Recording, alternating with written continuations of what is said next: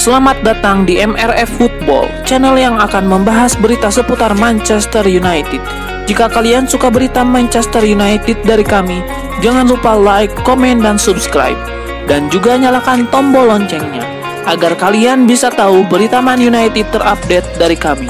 Terima kasih, Glory Glory Manchester United.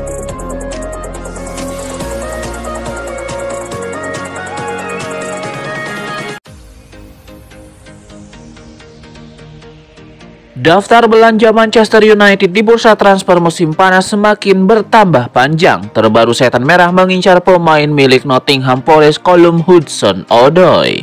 Menurut laporan dari Sky Sport, MU tertarik merekrut Hudson-Odoi karena penampilannya yang apik di Nottingham Forest. Sempat dilabeli sebagai wonderkid di Chelsea, karir Hudson-Odoi sempat jeblok. Akhirnya pada tahun 2023 kemarin ia dibeli Nottingham dari Chelsea. Bersama Nottingham, sang winger mulai menemukan performa terbaiknya. Ia mulai aktif mencetak gol dan assist bagi Nottingham. Menurut laporan itu, MU tertarik merekrut Hudson-Odoi karena ia cocok dengan taktik Ruben Amorim. Dalam taktiknya, Amorim memang tidak menggunakan winger murni, namun ia memainkan dua gelandang serang yang bisa bermain melebar.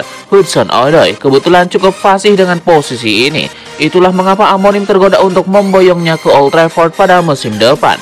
Kontrak Hudson-Odoi di Forest akan berakhir pada tahun 2026 mendatang. Di sisa kontraknya itu, tebusan sekitar 20 juta pound sterling dikabarkan cukup untuk memboyongnya ke Old Trafford.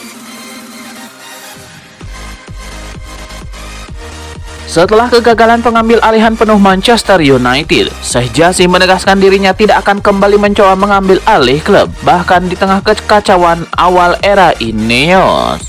Satu-satunya sosok yang benar-benar ingin membeli United secara penuh adalah Sheikh Jassim. Namun karena Glazer enggan melepas kepemilikan sepenuhnya, Ratcliffe akhirnya menutup kesepakatan minoritas yang memberinya kontrol atas aspek olahraga klub. Sejak masuknya Ineos, banyak kebijakan mereka yang memicu kemarahan fans. Salah satunya adalah keputusan untuk memindahkan sekitar 500 pemegang tiket musiman yang langsung memunculkan gelombang protes. Selain itu, langkah-langkah penghematan biaya juga menjadi sorotan. Contohnya, menjelang final Liga Eropa melawan Tottenham di Bilbao, Ineos awalnya tidak berencana membiayai perjalanan staf dan keluarga mereka, sebelum akhirnya pelatih Ruben Amorim turun tangan agar mereka tetap bisa hadir. Bahkan jika United memenangkan trofi tersebut, tidak ada parade bus atap terbuka seperti tradisi sebelumnya. Menurut laporan BBC, perayaan akan diganti dengan barbecue sederhana di Carrington. Di tengah suasana tersebut, banyak fans kembali menginginkan Sheikh Jassim kembali melayangkan tawaran untuk membeli klub. Namun sejauh ini sinyal itu belum muncul. Tidak lama setelah Ratcliffe menyelesaikan investasinya, Sheikh Jassim secara resmi membubarkan perusahaan 92 UK Holdings Ltd, kendaraan legal yang ia bentuk khusus untuk mengakuisisi Manchester United. Perusahaan ini sebelumnya dipimpin oleh Sheikh Jassim dan Abdul Rahman Al-Ansari, dan namanya terinspirasi dari generasi emas Class of 92. Pembubaran perusahaan ini menjadi tanda paling jelas bahwa Sheikh Jassim benar-benar mundur dari niatannya mengambil alih United. Chelsea dikabarkan telah mengalahkan Manchester United dalam perburuan striker muda berbakat Ipswich Town, Liam Delap. Pada bursa transfer musim panas ini, penyerang berusia 22 tahun itu tampil impresif bersama Ipswich musim ini, mencetak 12 gol di Premier League. Meski klubnya harus terdegradasi, performa Liam Delap justru membuat namanya semakin diperhitungkan di kalangan klub papan atas Premier League. Liam Delap pun masuk radar utama karena Manchester United diakini kesulitan secara finansial untuk merekrut striker Sporting Lisbon Victor Gyökeres. Chelsea punya keunggulan dalam negosiasi karena Delap memiliki hubungan masa lalu dengan beberapa sosok penting di klub. Direktur rekrutmen The Blues saat ini, Joe Siles, merupakan orang yang dulu memboyong Delap dari Derby County ke Manchester City pada tahun 2019.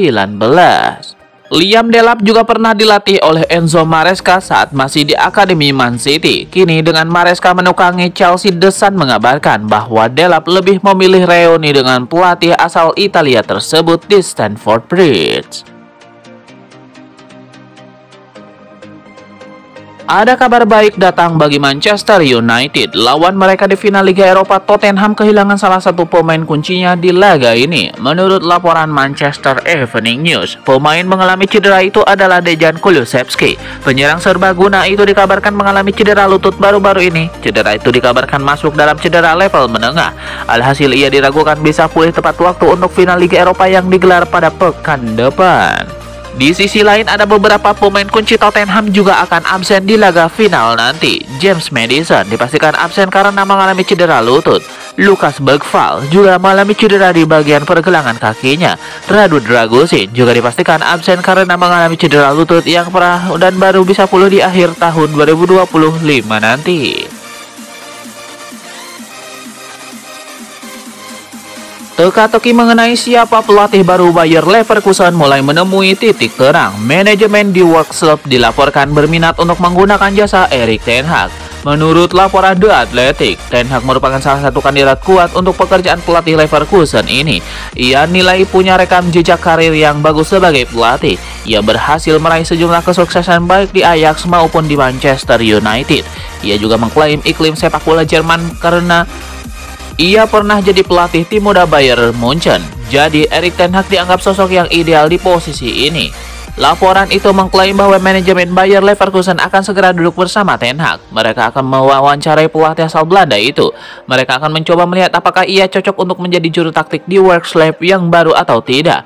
Hasil wawancara itu akan menentukan apakah Ten Hag mendapatkan pekerjaan itu atau tidak. Manchester United menghadapi situasi genting jelang bursa transfer musim panas. Nama kapten mereka Bruno Fernandes santer dikabarkan akan pindah ke Arab Saudi. Legenda Manchester United Patrice Evra memperingatkan klub agar tidak membuat kesalahan besar. Ia menilai Bruno Fernandes dilepas akan menjadi blunder besar di tengah keterpurukan tim. Menurut Patrice Evra, Fernandes masih menjadi pemain terpenting MU saat ini. Ia percaya tanpa Fernandes, tim mungkin tidak akan mencapai final Liga Eropa musim ini. Patrice Evra bahkan mengungkapkan bahwa Fernandes bisa menjadi penyelamat dari potensi degradasi. Konsistensi Fernandes membuatnya layak dijadikan fondasi tim masa depan. Evra berharap Amorim membangun skuad kompetitif yang mendukung permainan sang playmaker. Bruno Fernandes tetap menjadi salah satu pemain kunci MU musim ini. Meski performa tim secara keseluruhan kerap mengecewakan, kontribusinya yang konsisten justru memicu spekulasi tentang masa depannya, terutama dengan ketertarikan dari klub-klub top Eropa, termasuk Real Madrid.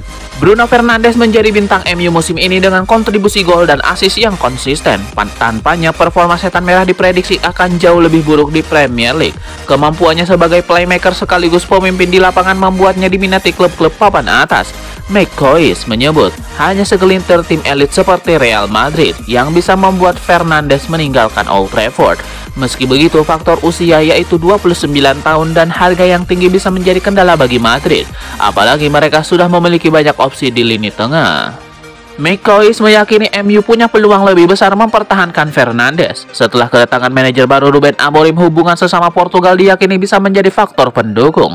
Namun jika Madrid atau klub besar Eropa lain datang dengan tawaran serius, peluang kepergian Fernandes tetap terbuka.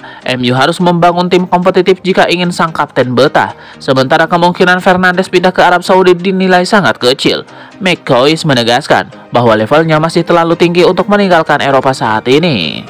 Meski nama Fernandes sempat dikaitkan dengan Madrid, laporan terbaru menyebut Los Blancos tidak berniat merekrut gelandang baru musim panas ini. Mereka lebih fokus pada posisi lain. Ada kabar menarik seputar masa depan Jadon Sancho. Sang winger dilaporkan masuk dalam radar Fenerbahce di musim panas nanti. Menukil laporan Yeni Asir, Sancho berpotensi berkarir di Turki pada musim depan. Fenerbahce dilaporkan siap menampung sang winger di musim panas nanti. Sang manajer menyukai gaya bermain Sancho. Ia menilai sang winger bisa memberikan dinamika baru di lini serang Fenerbahce. Itulah mengapa ia meminta manajemen Fenerbahce untuk mengontak MU perihal transfer Jadon Sancho. Menurut laporan itu, Fenerbahce sangat serius untuk mengamankan jasa Sancho. Mereka tahu bahwa MU hanya mau menjual sang winger secara permanen. Mereka juga sudah menetapkan mahar 25 juta pound sterling untuk transfer Sancho. Fenerbahce dikabarkan tidak keberatan dengan mahar tersebut dan mereka siap menebus harga itu di musim panas nanti. Menurut laporan yang beredar saat ini, Sancho belum tertarik untuk berkarir di Turki. Ia masih mendambakan untuk kembali ke Bundesliga pada musim depan. Ada kabar baik datang bagi para penggemar Manchester United. Leny Yoro terindikasi bisa bermain di final Liga Eropa nanti. Manchester Evening News melaporkan bahwa ada indikasi bahwa Leny Yoro bisa bermain di final Liga Eropa nanti. Sang bek dilaporkan baru-baru ini sudah mulai berlatih kembali. Menurut laporan tersebut, Yoro baru-baru ini menunjukkan tanda-tanda bahwa cedera yang ia alami tidak parah. Pada hari Rabu 14 Mei 2025 pagi waktu setempat, Yoro sudah berlatih kembali. Namun ia masih berlatih di gym dan belum bergabung dengan rekan-rekan setimnya. Ia juga tidak terlihat kesakitan dalam berlatih. Jadi ada indikasi bahwa cedera yang dialami sang bek tidak serius. Menurut laporan tersebut ada potensi bahwa Yoro bisa tampil di final Liga Eropa nanti. Namun semuanya akan bergantung pada proses pemulihan sang bek. Tim pelatih MU akan memantau proses penyembuhan cedera sang bek. Jika ia dirasa sudah fit untuk bermain, mantan bek asal Prancis tersebut akan dilibatkan melawan Tottenham di partai puncak nanti. Manajer Manchester United Ruben Amorim dituding bersikap terlalu negatif. Pernyataannya dalam beberapa wawancara terakhir membuat nuansa yang muram. Ia merasa MU tidak bisa tampil kompetitif di dua kompetisi utama musim depan, Premier League dan Liga Champions, sehingga ia tidak yakin lolos ke Liga Champions bakal baik buat klub. Selain itu, setelah kekalahan 0-2 dari West Ham United akhir pekan kemarin, Amorim bilang bahwa timnya kehilangan perasaan bahwa mereka adalah klub besar. Ia juga menyebut final Liga Eropa hanya sebuah masalah kecil di balik problem masif lainnya, termasuk perihal perekrutan pemain.